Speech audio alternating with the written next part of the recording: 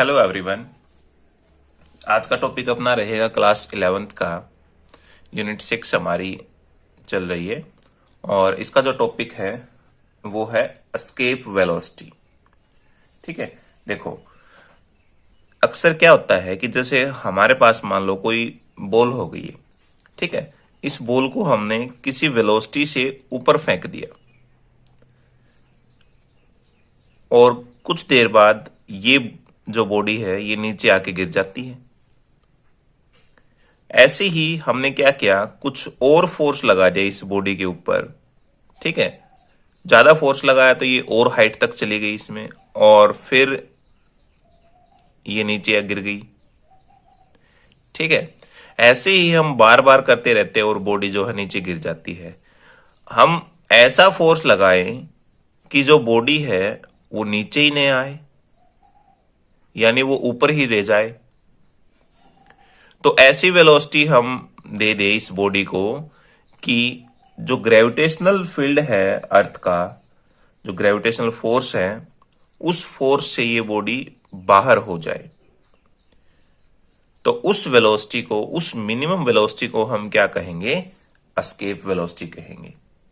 ठीक है, यानी वो मिनिमम वेलोसिटी जिस वेलोसिटी से किसी भी बॉडी को हम ऊपर की तरफ फेंकी और वो अर्थ की ग्रेविटेशनल फोर्स से बाहर हो जाए, अर्थ उसको अपनी तरफ खींच ही न पाए, तो वो वेलोसिटी क्या कहलाएगी, उस बॉडी की एस्केप वेलोसिटी कहलाएगी। ठीक है, देखो the minimum velocity of a body required to throw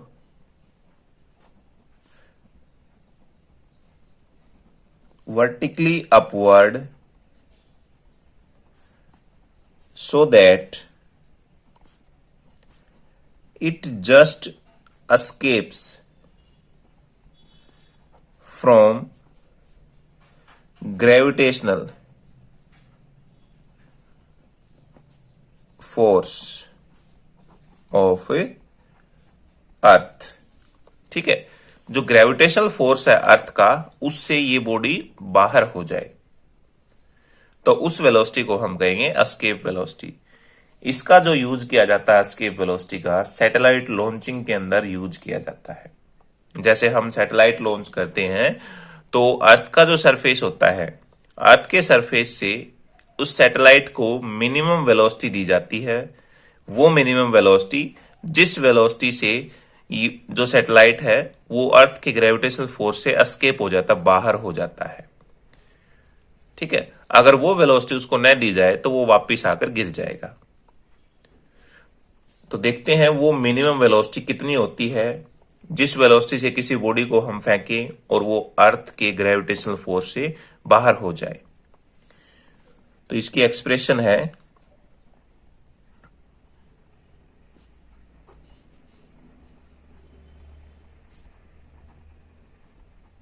expression of escape velocity. Exam view के अकॉर्डिंग ये इंपॉर्टेंट क्वेश्चन है। 5 नंबर का क्वेश्चन जो है वो बनता है, एक आध बार 3 नंबर में भी दे देते हैं इसको। तो देखो हमने क्या मान लिया, हमने मान लिया कि ये अर्थ है। ठीक है, जिसका रेडियस r है और मास इसका m है। ठीक है, हमारे पास कोई बॉडी है, इस बॉडी का मास स्मॉल m है और ये बॉडी जो है r डिस्टेंस की दूरी के ऊपर है सेंटर ऑफ अर्थ से। हमने क्या करना है, इस बॉडी को अर्थ के ग्रेविटेशनल फोर्स से बाहर करना है। यानी ये मान ले कि हमने इसको इन्फिनिटी के ऊपर भेजना है। ठीक है, इन्फिनिटी के ऊपर हमने भेजना है तो उसके लिए हमने फोर्स लगाना पड़ेगा। तो ये बातें आपने देखो लिखनी है इसमें। Consider earth of mass m and radius r। ठीक है, a body of mass m is lying at a distance r from the center of earth, from the center of earth। तो देखो, ये बॉडी है जिसका मास स्मॉल m है, एक ये अर्थ है जिसका मास कैपिटल M है, तो दोनों के बीच में फोर्स लगेगा।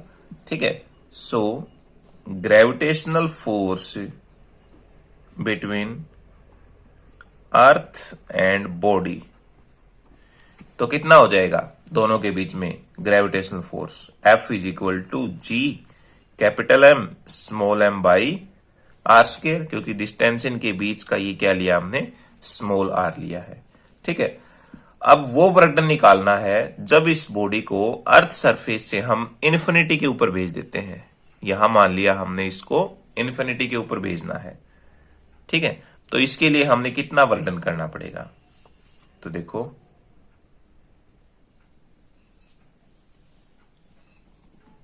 The amount of work done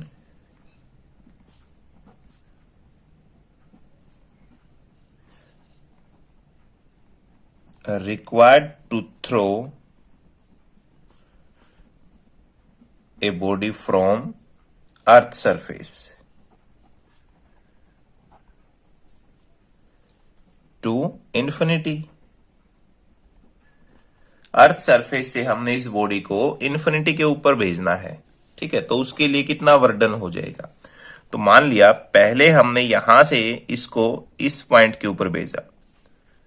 ठीक है, कि ये P पॉइंट मान लें और ये Q पॉइंट मान लें। तो P से Q पॉइंट के ऊपर भेजा हमने, तो इसने पहले dr डिस्प्लेसमेंट ट्रेवल किया। ठीक है, तो कितना हो जाएगा? फोर्स इनटू में डिस्प्लेसमेंट और इंटीग्रेशन r से इन्फिनिटी तक। उसके बाद फिर क्या होगा, इसको टोटल वर्क डन निकालेंगे हम इन्फिनिटी के लिए।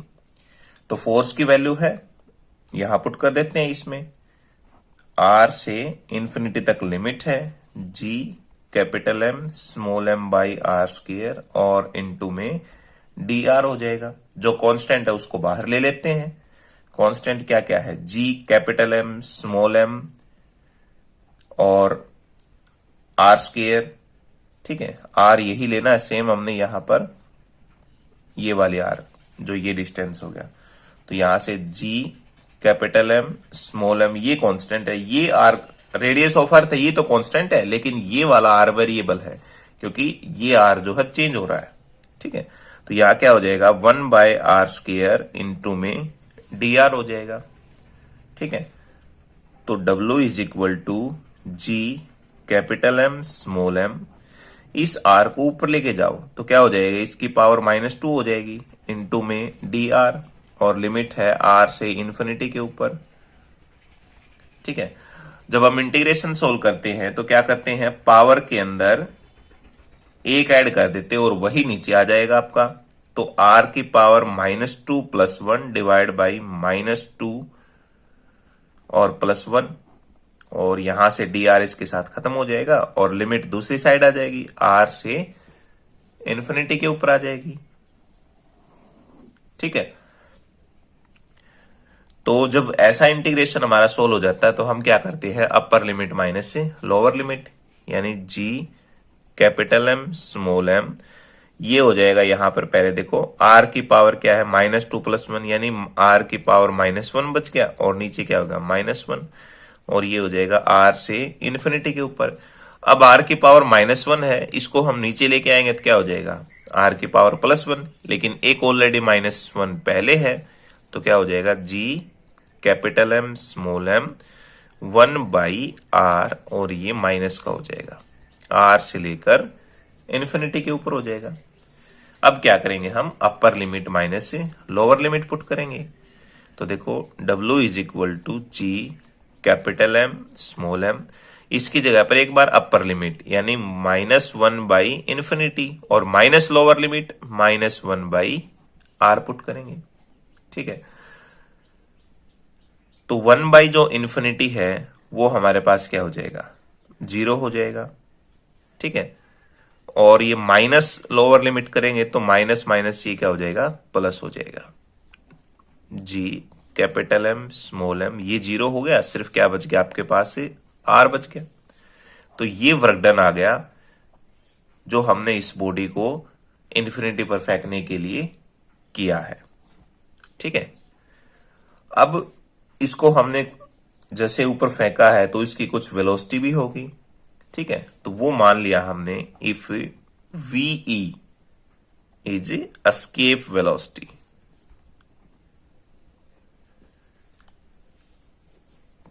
Then kinetic energy of body.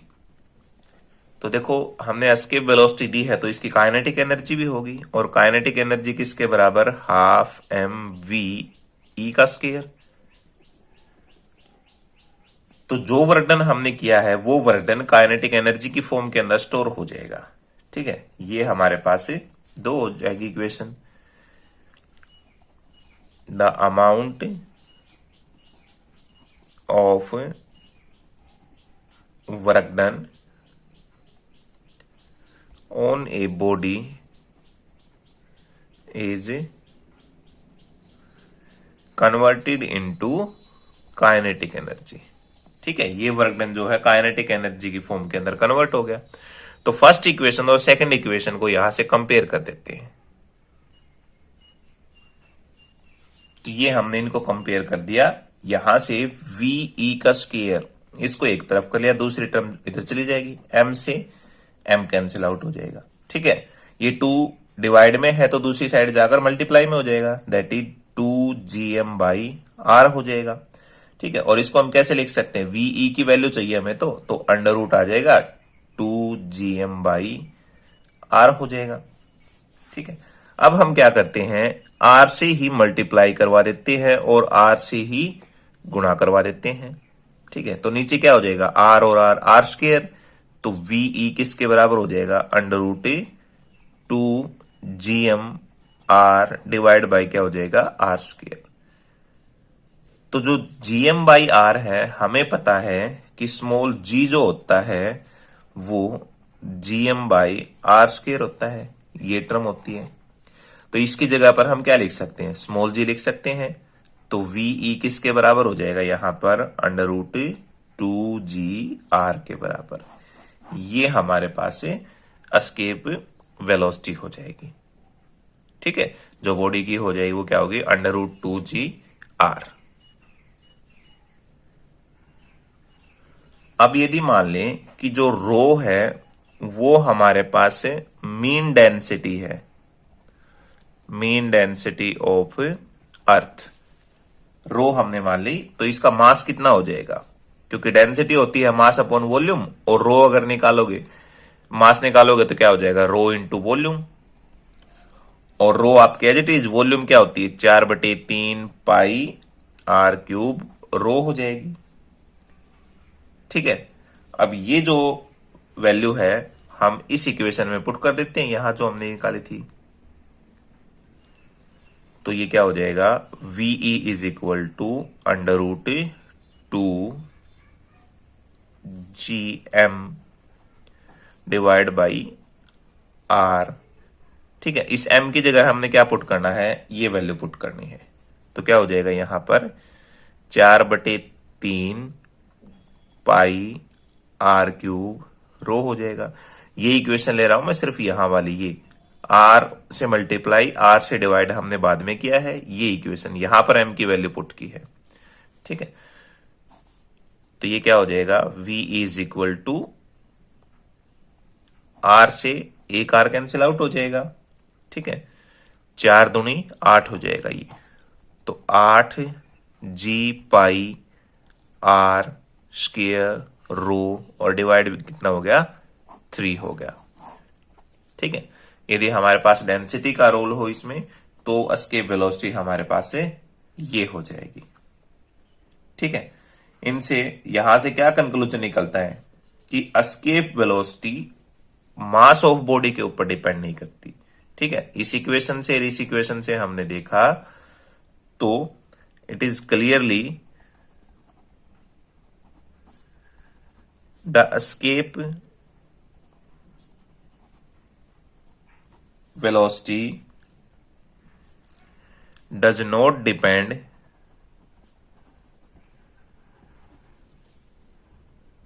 on the mass of body।